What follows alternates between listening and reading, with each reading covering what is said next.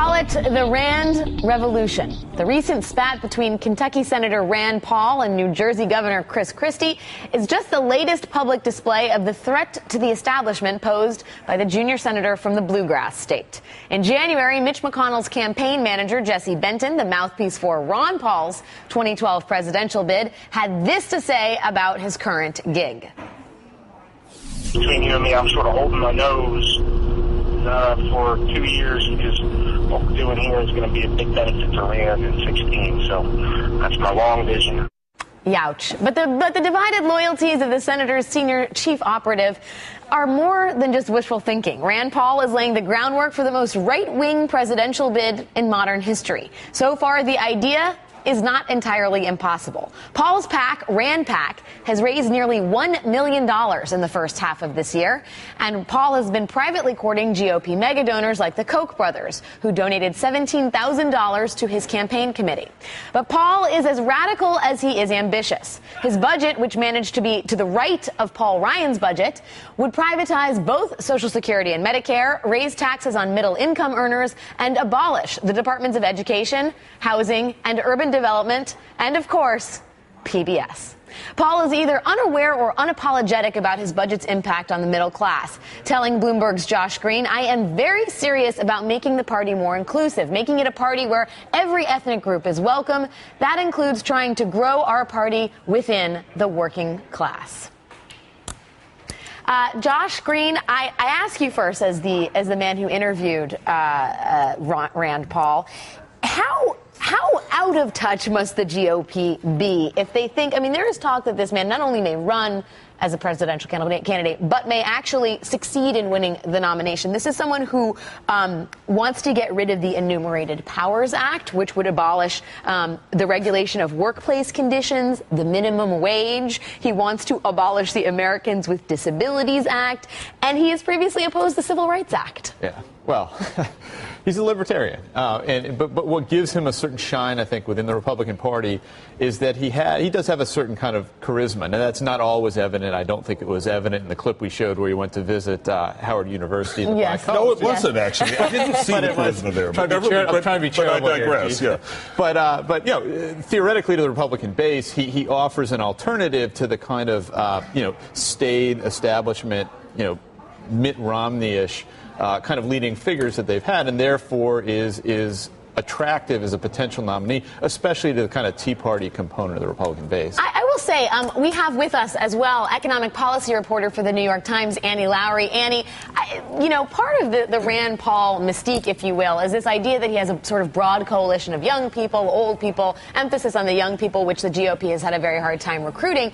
But when you get in deeper into sort of Rand Paul economics, it is a fairly disastrous, apocalyptic picture he's painted. And Josh sort of takes up some of that in his interview with Rand Paul, and he says, in a recent article in the New Republic, your budget would eviscerate the Departments of Energy, State, Commerce, EPA, FDA, Education, and many others.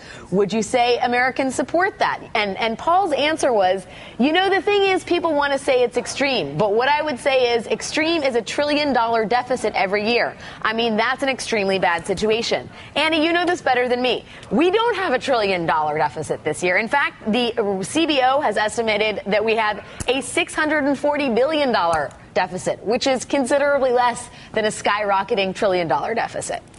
Yeah, absolutely. Look, the deficit is somewhat taking care of itself because the economy is getting stronger. So tax receipts are going back up. Government's gotten a lot of money back from Fannie and Freddie. The trends are pretty good there. And the long-term budget problem is not going to be solved by getting rid of things like the Department of Commerce or the Department of Education.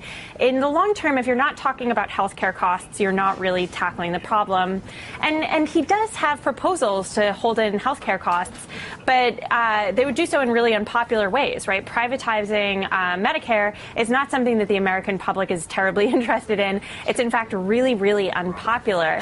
And so I think the broader issue for him is that, he might have these pockets of popularity. He might be popular among especially some young Republicans or some very libertarian Republicans. But I think when you're thinking about a general election, it's really hard to imagine those ideas swaying enough voters to beat a more moderate candidate. And Eugene, ideological purists security may be in vogue in this season. Yeah. But when it comes down to it, I mean, even Rand Paul has been stymied by his sort of purism on defense concerns. He was talking vilified drone strikes, and then at the same time, weeks later, said, well, you know, I wouldn't oppose a drone strike to get a guy who had just robbed a liquor store. Yeah, I mean, that really, sort of like throws out the civil libertarian argument completely. You know, you shouldn't have elaborated on it in that way.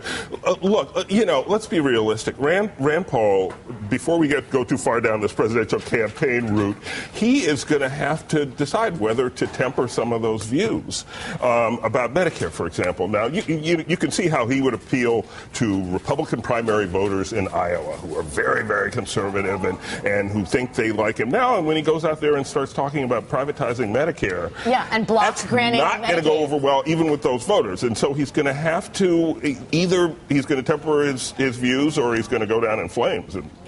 Josh, did you get, I mean, you met with the man in person. Did you get a sense that he is open? I mean, as Eugene says, I mean, Mitt Romney always seemed incredibly malleable and obviously too much so in many respects. But did you get the sense that in terms of character, Rand Paul is someone who could somehow embrace more of a collaborative policy posture? I think what Paul is trying to do, and it's kind of interesting, is to say the right things and try and appeal to the groups that Republicans have had a lot of trouble appealing to: young people, gay people, minorities. But he wants to do it without fundamentally changing any of his Republican libertarian positions. And I think the problem he's going to run into is that, you know, ultimately these people don't want nice things said to them. They want a candidate who represents policies that they support. And I don't really see that Paul has delivered a lot of that yet. So I think the big decision he's going to have to make is whether he wants to kind of tread down that path and moderate some of his policies, or whether he wants to remain kind of fixated in the kind of Ron Paul libertarian isolationist camp that's made him popular so far. And stay true to his school, as it were. Annie, you know, the thing is, though, if there, I mean, even independent of the presidential race, just the existence of the Ted Cruzes and the Rand Pauls has been incredibly successful for libertarian ideas insofar as it has swung the economic conversation, especially on the right, very, very far right, which is to say now, you know, Paul Ryan's budget did certain things, and Rand Paul's budget did even more. It balances the budget in 5 years. And that then sort of almost becomes a litmus test, right? Like, how fast can you balance your budget regardless of how economically sound it is? Yeah, absolutely. So, I mean, it's just that when it comes down to it, reducing the amount of tax revenue, as some folks on the right would like to, as in Mitt Romney's proposal or in Rand Paul's proposal, requires really cutting deeply into the budget. And that is really, really unpopular. And I think that understanding this dynamic on the right is really important to understanding the stagnation that we've seen in Congress. It's really hard to bridge where a lot of Democrats are, where they would like to see increasing tax revenue and really protect a lot of the budget from these deep cuts. When, you know, on the right, you have folks who would really like to cut the budget a lot and would like to cut tax revenue in turn. And so I think that he's just, you know, he's the paramount example of this ideology on the right that is really not putting the deficit first, but is thinking about making a smaller government. That's the goal here, is to make government smaller. Right, and that's pretty unpopular. That actually. is the end game. Eugene, the great Chris Matthews has prognosticated, as he is wont to do, that Rand Paul will be the nominee in 2016. And he sort of locates that logic in the thesis that the base basically sits quiet for every couple election cycles until they can stand it no longer and, turn to Goldwater in 1964 as they did after Nixon and Ike. They turned to McGovern in 72 after Kennedy, Johnson, and Humphrey. And after McCain and Romney, the inevitable sort of steam vent is Rand Paul. I guess my question is, I just think Rand Paul fundamentally is to the right of the base, okay, and I think his views are too extreme for the base. I think a lot of the base of the Republican Party is older people who are worried about their health care and worried about their Social Security and aren't really going to like some of the stuff he talks about. Well, assuming that stuff actually makes its way into the actual debate. I mean, Mitt Romney had positions, Paul Ryan had positions that never actually got aired on the national stage. True. Well, it's true. Paul Ryan changed his position. as Mitt Romney did as well. Yeah. Josh, one last bit. Rand Paul versus Ron Paul. the relationship between father and son. Do you have any insight? Oddly enough, Rand Paul doesn't like to talk about it. One of the questions I had in the interview issue was, for people who only know of you as Ron Paul's son, how would you describe the differences? And he really bristled a little bit and said, I have my own record in Washington, you have to judge me. And that's how we got into the bit about all the parts of the government that he'd like to slice and dice. But I do think that he recognizes that there's some potential political danger in being aligned too closely with his father, who was viewed as so far outside the mainstream Republican establishment that he was really more of a kook or a gadfly and not someone who could seriously compete for the nomination, which is what Rand Paul really wants to do. Interesting. Not a kook and not a gadfly, according to himself. Okay, all right. Thank you, Josh. The New York Times' Annie Lowrey, thank you as always for joining us. Thank you. Coming up, Anthony Weiner may only have support among 10% of New York Democrats. He may have doors being slammed in his face. He may even have lost the endorsement of his former sexting partner.